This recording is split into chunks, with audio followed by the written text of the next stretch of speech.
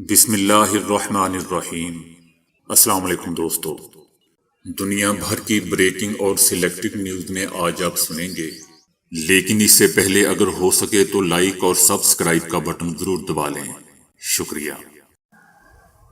اسرائیل کی خفیہ ایجنسی کے سابق سربراہ نے ایران کے کمانڈر جنرل قاسم سلیمانی کو مارنے میں تل ابیب کے ملوث ہونے کی تصدیق کی ہے۔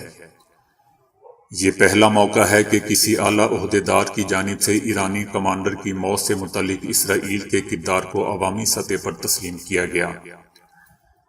انہوں نے کہا کہ ہماری نظروں میں ایران اہم دشمن ہے اور جنرل قاسم کی موت ایک بڑی کامیابی تھی۔ انہوں نے بتایا کہ بطور آرمی انٹیلیجنس سربراہ میرے دور میں دو اہم اور بڑے اہداف کو نشانہ بنایا گیا تھا۔ پہلا ہدف جنرل قاسم تھا۔ ایسا شاد و نادر ہی ہوتا ہے کہ اتنے اہم شخص کی موجودگی کے بارے میں معلوم ہو جائے، جو اسرائیل کے خلاف ملیشیا تیار کرتا تھا۔ جنرل قاسم سلیمانی کو جنگ روکنے کے لیے مارا گیا۔ سربراہ نے جنرل کو جنگ زدہ ملک شام میں ایرانی جارحیت کی ٹرین کا انجن قرار دیا۔ چائنا اور روس نے سیٹلائٹ نیویگیشن کے امریکی اور یورپی نظاموں کے مقابلے کے لیے باہم شراکت کا آغاز کر دیا ہے۔ چائنا نے اس سال کے شروع میں روس کے نیویگیشن سسٹم گلوناس کی اپنی سرزمین سے مانیٹرنگ کی اجازت دی، اور جواب میں روس نے چائنا کے بیدو نظام کا اسٹیشن اپنے ہاں قائم کرنے پر رضامندی ظاہر کی۔ روس کا سسٹم سن 1970 میں قائم کیا گیا تھا، جو فوجی مقاصد کے لیے استعمال ہوتا تھا، جسے سرد جنگ کے بعد تجارتی حیثیت دے کر موسم نیویگیشن، مواصلات اور تحقیق کے نظام کا درجہ دے دیا گیا تھا۔ چائنا نے اپنا بیدو نیویگیشن سیٹلائٹ سسٹم حال ہی میں قائم کیا ہے، جس کا اعلان گزشتہ برس چینی صدر نے کیا تھا، اور اسے اس قابل بنایا گیا ہے کہ امریکی جی پی ایس کے مقابل لا کر اس کے ذریعے مواصلات، ہنگامی طبی امداد اور شہری علاقوں کی منصوبہ بندی کی جا سکے۔ مغرب کے ساتھ روس کے بڑھتے اختلافات اور چین اور امریکہ کے درمیان اختلافات یقینی طور پر روس اور چائنا کے درمیان تعاون میں اضافے کا باعث ہیں۔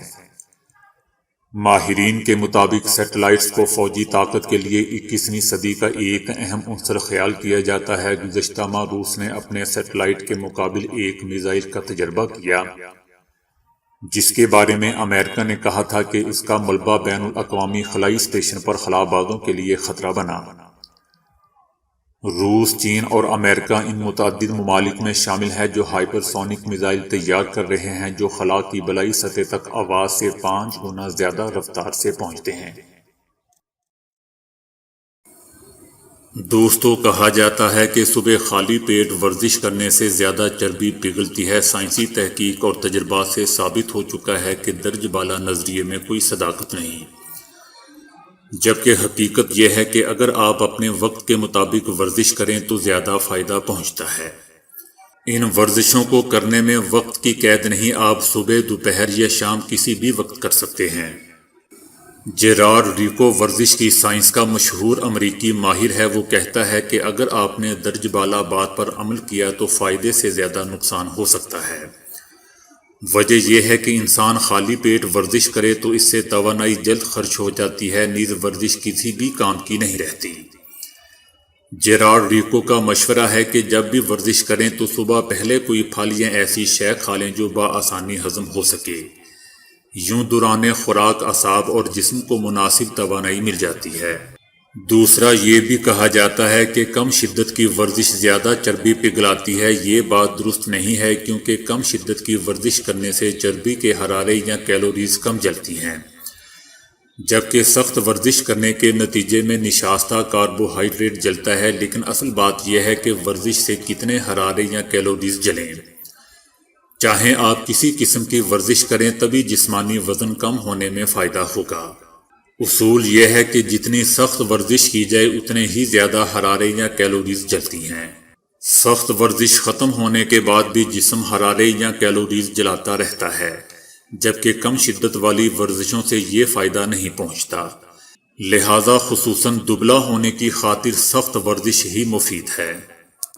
یہ بھی کہا جاتا ہے کہ انسان ورزش جاری رکھے تو کچھ بھی کھا سکتا ہے۔ اس ضمن میں جیرارڈ ریکو کا کہنا ہے کہ ورزش کرنے والا آدمی کبھی کبھی تو بازاری غذا کھا سکتا ہے، لیکن یہ سوچ کر اسے عادت بنا لینا نقصان دہ ہے کہ میں تو ورزش کرتا ہوں، مجھے کچھ نہیں ہوگا۔ وجہ یہ ہے کہ بازاری غذا کی بہت ساری چکنائی اعضاء کے گرد جمع ہو جاتی ہے، یہ چربی انسانی صحت کو بہت زیادہ نقصان پہنچاتی ہے۔ یہ بھی سنا جاتا ہے کہ مخصوص ورزش سے مخصوص حصے کو کم کرنا ممکن ہے۔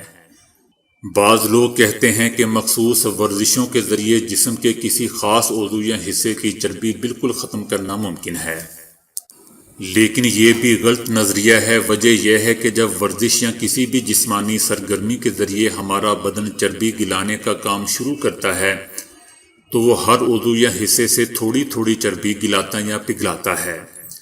اسی لیے کسی ورزش یا دوا سے صرف کسی ایک مخصوص حصہ جسم کی چربی گلانا ممکن نہیں، یہ اثر باقی اعضاء پر بھی پڑتا ہے۔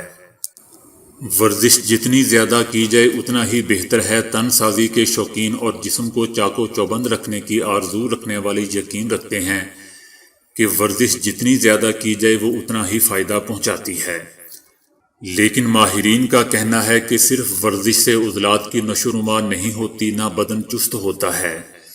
اس کے لیے ضروری ہے کہ موضوع غذا کھائی جائے اور مناسب آرام بھی کیا جائے، تبھی ایکسرسائز کا فائدہ ہوتا ہے۔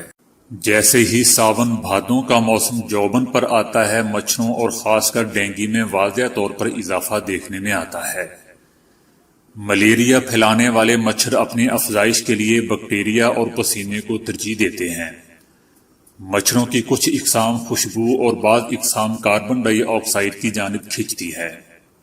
مچھر جس قسم کے بھی ہوں، آپ کے لیے یہ ضروری ہے کہ آپ ان سے بچاؤ کے لیے مؤثر اقدامات کریں تاکہ ملیریا اور ڈینگی جیسے موذی امراض سے بچا جا سکے۔ اس بچاؤ کے لیے ضروری ہے کہ قدرتی طریقہ کار استعمال کیا جائے۔ عموماً کیڑے مار ادویات کیمیائی اجزاء پر مشتمل ہوتی ہیں، جن کی وجہ سے اکثر افراد سانس اور جلد کے انفیکشن کا شکار ہو جاتے ہیں۔ مچھر مار سپرے بھی انتہائی تیز قسم کے کیمیائی اجزاء پر بنیاد کرتے ہیں، جس کی وجہ سے اکثر جن گھروں میں اس سپرے کا استعمال زیادہ ہوتا ہے وہاں کے رہائشی افراد میں سانس کی تکلیف کی شکایت زیادہ ہو جاتی ہے۔ قدرتی طریقے میں ہضام کے پسے ہوئے پھولوں سے ایسا تیل اور خوشبو نکلتی ہے جو کہ مچھروں کو بھگانے میں انتہائی کارگر ثابت ہوتی ہے۔ ہضام میں درد کو دور کرنے، فنگس کو دور کرنے اور جراثیم کش ہونے کی خوبیاں بھی پائی گئی ہیں۔ ہضام میں درد کو دور کرنے، فنگس کو دور کرنے اور جراثیم کش ہونے کی خوبیاں بھی پائی گئی ہیں، جس کی بنا پر نہ صرف یہ مچھروں کو بھگانے کے لیے کارگر ثابت ہوتی ہیں بلکہ یہ جلد کو آرام اور سکون پہنچانے میں بھی معاون ہیں۔ ہضام کے پودے کو آپ کیاری یا گھر کے اندر بڑے گملوں میں بھی اگا سکتے ہیں۔